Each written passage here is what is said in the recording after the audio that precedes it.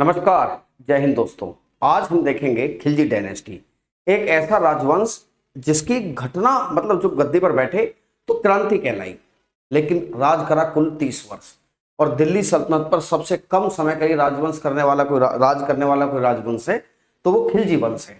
आइए दोस्तों, खिलजी वंश का संस्थापक था जलालुद्दीन फिरोज खिलजी। इसकी उपाधि शाइस्ता खां थी, जो बलबन के वंश के द्वारा दी गई थी, कैकुबात के द्वारा। इसकी नीति बहुत उदार थी। देखो एक बात समझो आप, इन लोगों ने जो सत्ता हासिल की तो उस सत्ता में उदार नीति का एक्चुअली का मतलब बनता नहीं था वहां पर, वरना कोई ना कोई आपसे छीन लेगा उस सत्ता को।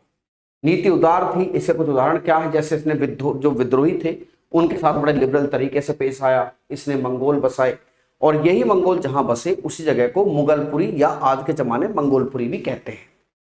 किसके द्वारा हत्या हुई? हत्या होती है इसके भतीजे के द्वारा। नाम था जिसका अली गुरशास, वही जिसे आप अलाउद्दीन खिलजी कहते हो।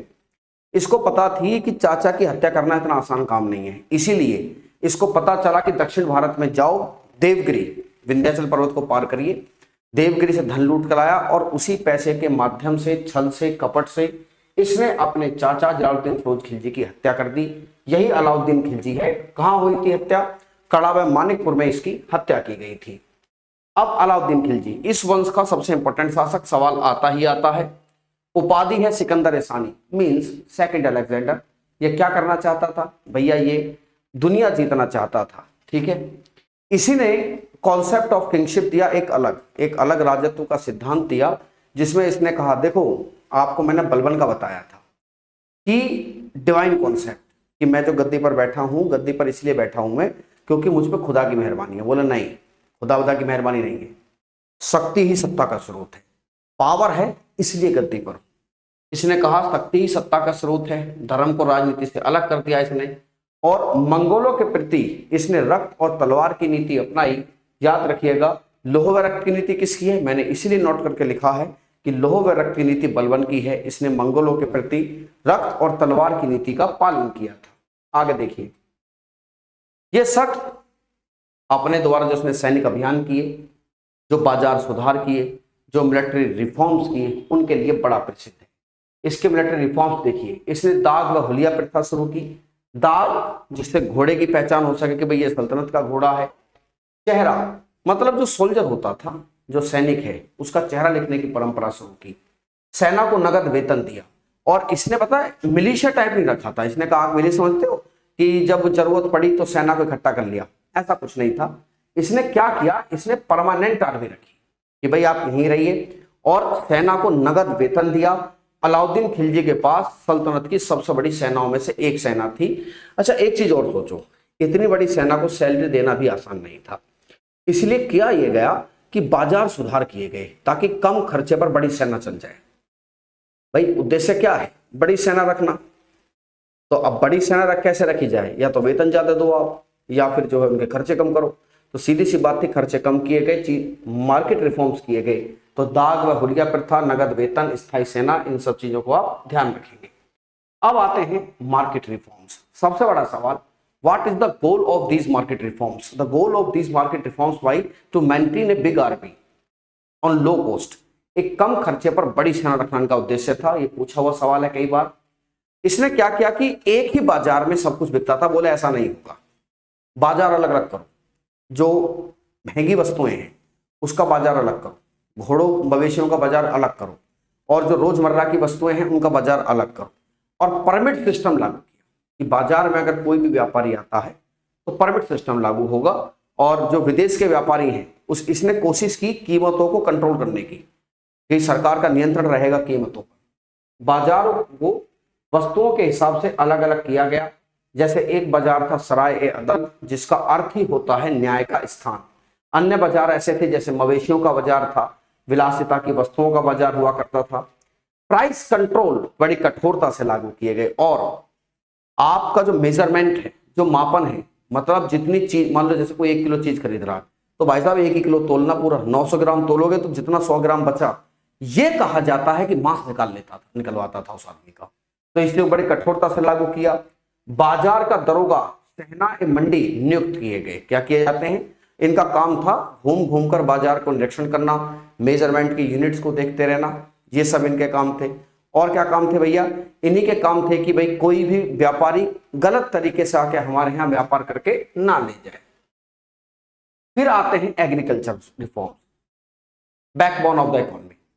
बिना एग्रीकल्चर के क्या था? एग्रीकल्चर रिफॉर्म्स में भूमि की पहले मेजरमेंट कराई। भूमि की मेजरमेंट को मसाहत कहा, क्या बोलते हैं? भूमि की मेजरमेंट को मसाहत कहा गया। और जिस आधार पर भूमि मापी जा रही थी उसे बिस्वा प्रणाली कहते थे। बिस्वा प्रणाली के आधार पर भूमि को नापा गया। कृषि कर को 50% तक वसूला गया। अलाउद्दीन खिलजी का यह मानना था कि इन लोगों पर जब तक पैसा रहेगा ये बगावत करते रहेंगे। इनकी बगावत को खत्म करने का एक ही तरीका है कि इन पे पैसा ही ना छोड़ा जाए। ठीक है, तो 50% तक कर वसूला। गांव में जो चौधरी खूंट मुकद्दम होते थे इन सब के अधिकार समाप्त कर दिए। अलाउद्दीन खिलजी ने 24 प्रकार के नए कर लगाए, हर चीज पे कर। उसको पता था कि जब तक पैसा है जब तक ही बगावत है, पैसा खत्म बगावत खत्म। तो जो अलाउद्दीन खिलजी ने क्या किया, अलाउद्दीन खिलजी के निर्माण है अलाई दरवाजा और शीरी फोर्ट इसने ही बनवाया था। अब जो बहुत इंपॉर्टेंट चीज है जो आपको पढ़नी है वो है अलाउद्दीन खिलजी के सैनिक अभियान। अलाउद्दीन खिलजी के सैनिक अभियानों को it can be divided into 2 parts, the invasion of north India and the invasion of south India. Sikandar स्थानी बनना चाहता था, विश्व विजेता। कहते हैं कि दिल्ली का एक कोतवाल हुआ करता था, नाम था अलाउल मुल्क।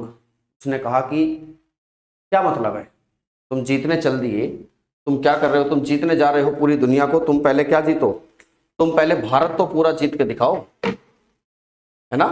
भारत को क्या है, पूरा जीत के दिखाइए। तो जब भारत को जीतने की बात आई तो यही आया कि पहले उत्तर भारत के सैनिक अभियान फिर दक्षिण भारत के सैनिक अभियान, 2 भागों में बांटे जा सकते हैं।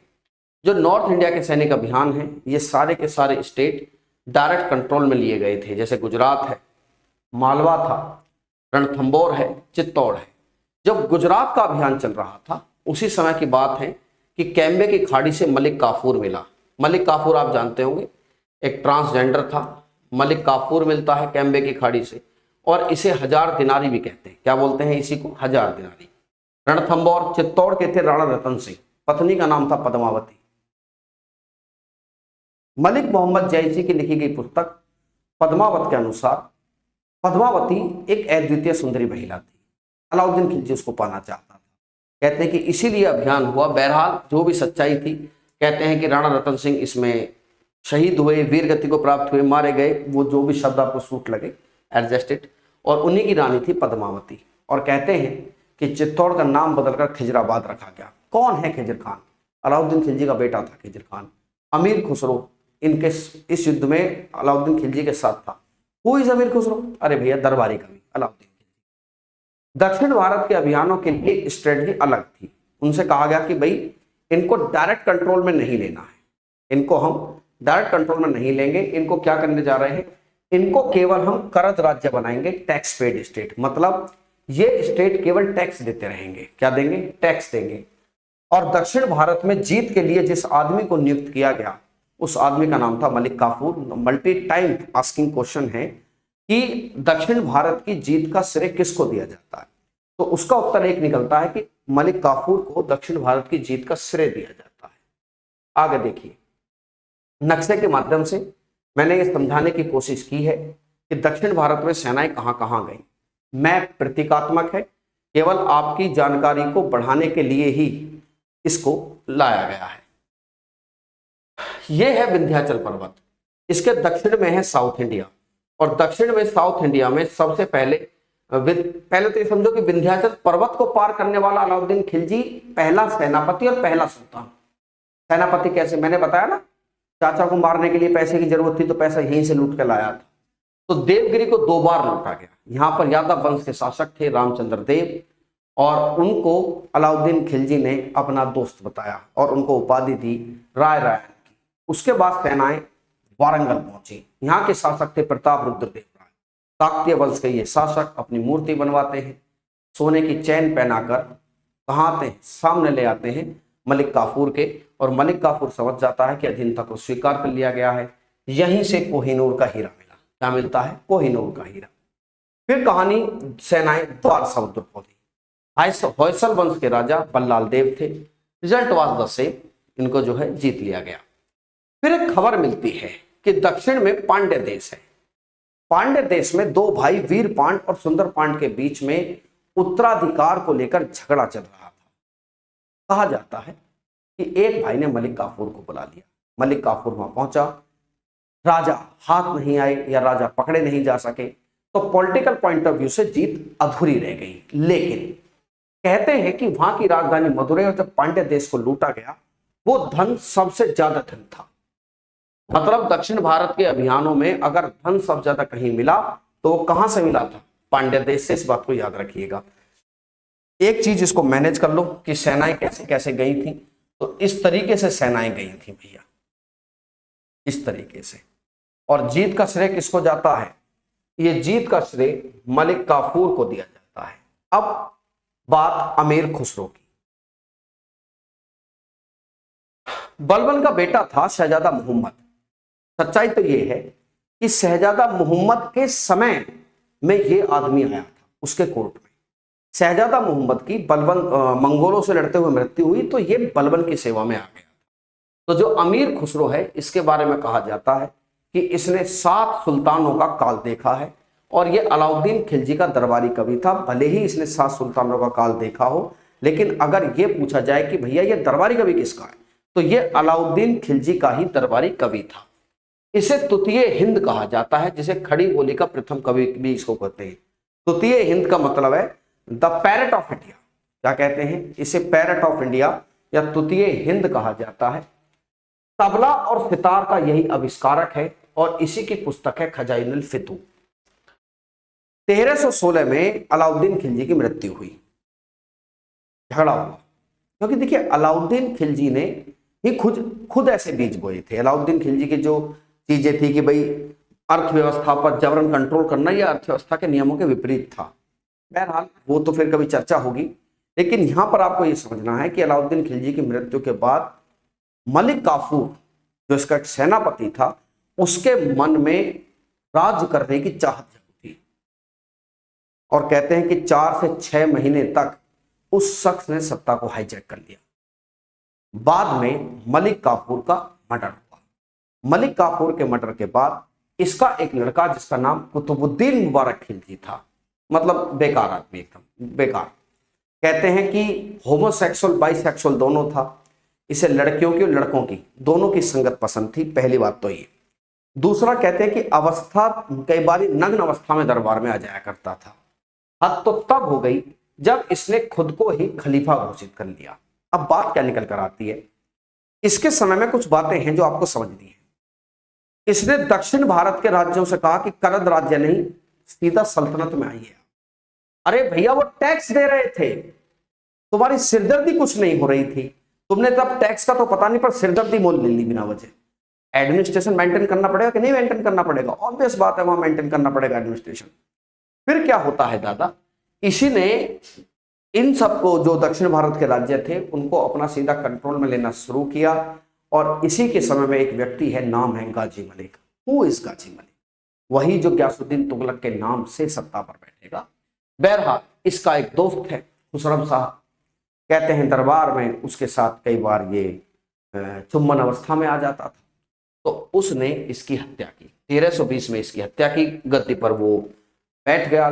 जो इसका प्रेमी था गाजी मलिक को लोगों ने बुलाया कि देखिए हो क्या रहा है, what's the going on, is it throne, is it सल्तनत?